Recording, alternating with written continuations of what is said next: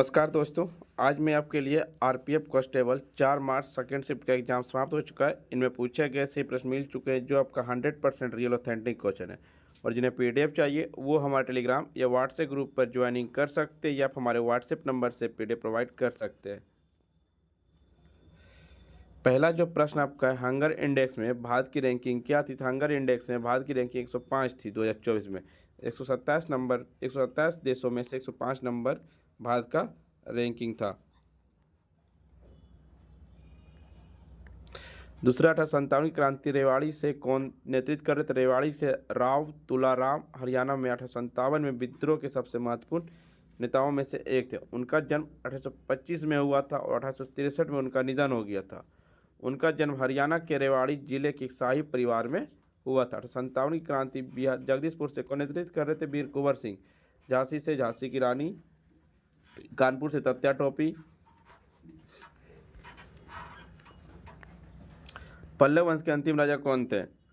अपराजित वर्मन पल्लव वंश के अंतिम राजा थे। उन्होंने 880 से 897 ईस्वी तक शासन किए थे। पल्लव वंश के प्रमुख राजा सिंह विष्णु पल्लव वंश के संस्थापक थे। नरसिंह वर्मन प्रथम पल्लव वंश के सबसे शक्तिशाली राजाओं में से एक से। महेंद्र वर्मन पल्लव वंश के एक प्रमुख राजा थे। नरसिंह वर्मन द्वितीय, जिन्हें राज सिम्हा के नाम से भी जाना जाता है।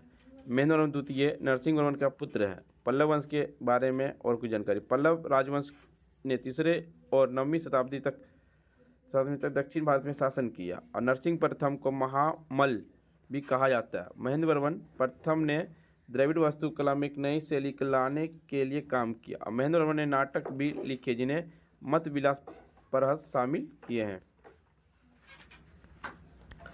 दूसरा है तुलसीदास की शहर से संबंधित। तुलसीदास प्रसिद्ध हिंदी कवि थे जिनका जन्म 1532 ईस्वी में राजापुर राजस्थान जो उत्तर प्रदेश के चित्रकूट जिले के शहर और तहसील में हुआ था। उन्होंने गोस्वामी तुलसीदास के नाम से भी जाना जाता है। तुलसीदास के गुरु का नाम नरहर हरिदास था। उनकी मुख्य रचनाएं और कृतियां रामचरितमानस, विनयशिका, दोहावली, कवितावली, हनुमान चालीसा, विराग संदीपनी, जानकी मंगल आदि रचना थी। मंत्रिमंडल को कौन भंग कर सकता है? मंत्रिमंडल को प्रधानमंत्री की सलाह पर राष्ट्रपति कर सकते हैं। राष्ट्रपति ने केंद्रीय मंत्रिमंडल की सिफारिश पर लोकसभा को भंग कर सकते हैं। राष्ट्रपति लोकसभा को भंग कर सकते हैं अनुच्छेद 85(2) में। प्रधानमंत्री मंत्रिपरिषद के प्रमुख होता है अनुच्छेद 74 के 1 में। राज्यसभा का स्थायी सदन है और इसे भंग नहीं किया सकता है। राष्ट्रपति प्रतिवर्ष के पहले सत्र की शुरुआत में संसद को संबोधित करते हैं अनुच्छेद 87(1) के अनुसार। संसद में लोकसभा, राज्यसभा, राष्ट्रपति शामिल होते हैं। मंत्रिमंडल को भंग कर सकते हैं राज्य विधानसभा में आपका राज्यपाल करते हैं अनुच्छेद 174 के तहत। संत रामकृष्ण परमहंस का जन्म पश्चिम बंगाल के किस जिले में हुआ था? संत रामकृष्ण परमहंस का जन्म पश्चिम बंगाल के हुगली जिले के कमारपुकुरम गांव में हुआ था। उनका जन्म 18 फरवरी 1836 ईस्वी को हुआ था। उनका बचपन का नाम गदाधर था। उनके पिता का नाम खुदीराम, माता का नाम चंद्रमणि देवी था। वो एक गरीब ब्राह्मण परिवार से थे। 7 साल की उम्र में उनके पिता का निधन हो गया। उनके बड़े रामेश्वर रामकृष्ण थे। उनके परम गुरु पंजाब के भिक्षु तोतापुरी ने उन्हें परमहंस की उपाधि दी थी। वे मानवीय मूल्यों के पोषक थे। वे अपने समय के महान साधक और मानवता के पुजारी थे। उन्होंने सभी धर्मों की एकता पर जोर दिया। उन्होंने कठोर साधन और भक्ति की थी। उन्होंने शिक्षाओं और दर्शन के प्रसार के लिए उन्हें परम शिष्य स्वामी विवेकानंद ने रामकृष्ण मिशन की स्थापना की थी 1897 ईस्वी में। पोटेशियम नाइट्रेट को क्या कहते हैं? सॉल्टपीटर, सोरा या नाइटर। यह एक सफेद ठोस पदार्थ है। यह पानी में घुलनशील होता है। ग्रहण करने पर यह नाइट्रेट और ऑक्सीजन में विघटित हो जाता है। यह सोडियम नाइट्रेट के विपरीत और गैर विपरीत विस्फापित होता है। पोटेशियम नाइट्रेट का उपयोग, इसका उपयोग उर्वरक बनाने में किया जाता है। इसका इस्तेमाल रॉकेट के नोदक प्रोपेलेंट में किया जाता है। इसका इस्तेमाल पटाखों में किया जाता है। इसका इस्तेमाल बारूद के 3 घटकों में से एक रूप में किया जाता है। इसका इस्तेमाल मध्ययुग में से खाद्य संरक्षण के लिए किया जाता है। इसका इस्तेमाल डेंटिक फिश डिसेंसिटाइजिंग एजेंट के रूप में किया जाता है। हरित क्रांति में कौन सा बीज का इस्तेमाल किया जाता है? HYV, high yield variety. हरित क्रांति की शुरुआत 1965 में भारतीय कृषि उच्च उपज वाली किस्म के बीजों की पहली शुरुआत के साथ हुई थी। 1965 में हरित क्रांति के जनक के रूप में जाने वाले भारतीय अनुवांशिकविद MS स्वामीनाथन की सहायता से भारत में हरित क्रांति की शुरुआत हुई थी। भारत में हरित क्रांति के जनक MS स्वामीनाथन को कहा जाता है, 20 में नॉर्मन बोरलैग को। यह आंदोलन 1967 से 1978 तक चला। यह एक बड़ी सफलता थी। यह बेहतर और कुशल सिंचाई और फसल को बढ़ावा देने के लिए उर्वरक के सही उपयोग के साथ जुड़ा हुआ था। हरित क्रांति का परिणाम खाद्यान्न के मामले में भारत का आत्मनिर्भर बनना था। यह हाई यील्ड वैरायटी गेहूं की फसल के साथ अधिक सफलता मिली और उन क्षेत्रों के अत्यधिक परिवारी जहां उचित सिंचाई थी। 1991 में उदारीकरण का क्या परिणाम था? औद्योगिकरण था।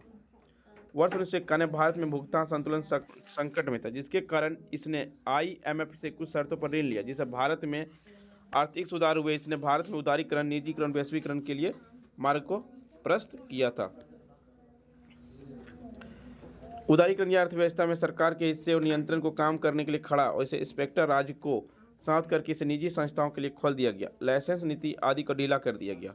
निजीकरण यह उदारीकरण का परिणाम है, जिसके तहत बाजार में विदेशी प्रत्यक्ष निवेश निजी कंपनियों ने प्रवेश किया, जिसके प्रतिस्पर्धा बढ़ गई। इस कारण अतः उत्पाद की गुणवत्ता में वृद्धि हुई और मुद्रास्फीति से भी कमी आई। वैश्वीकरण FDI शाखा के रूप में दुनिया के अन्य हिस्सों में से भारत की प्रौद्योगिकी, कौशल आय और निर्यात ने भारतीय सामानों के विदेशी तक पहुंचाने से को बनाया और यह केवल निजीकरण का परिणाम है। एलोरा का मंदिर किस वंश ने बनाया? राष्ट्रकूट वंश ने। राजा राजकृष्ण प्रथम ने बनाया था। कैलाशनाथ मंदिर, जिसे कैलाश मंदिर भी कहा जाता है, राष्ट्रकूट के एलोरा में स्थित एक प्रसिद्ध मंदिर है। इसका निर्माण श्रेय आमतौर पर 8वीं शताब्दी के राष्ट्रकूट राजा राजकृष्ण प्रथम 756 से 773 को दिया जाता है। यह द्रविड़ सत्यापत शैली में एक हिंदू मंदिर है। यह भगवान शिव को समर्पित और उसने अपने ऐतिहासिक महत्व के लिए जाना जाता है। केंद्रीय मंत्रिमंडल के प्रमुख प्रधानमंत्री होते हैं।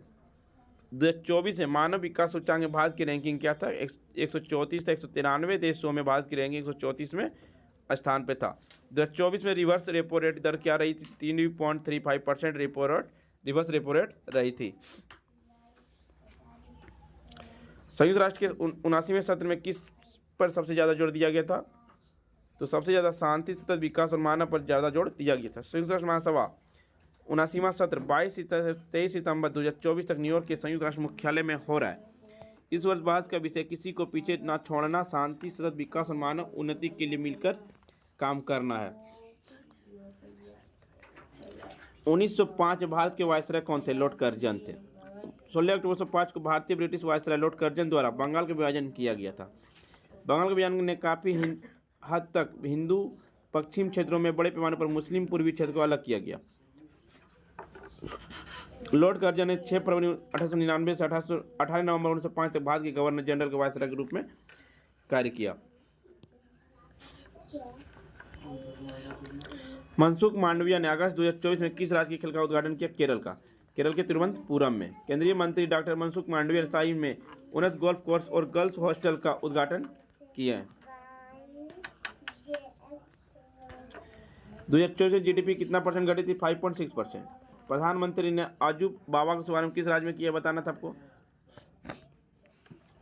चलिए फ्रेंड्स, वीडियो पसंद आई तो लाइक शेयर सब्सक्राइब जरूर करें। मिलते हैं फ्रेंड्स नेक्स्ट वीडियो में। जय हिंद, जय भारत।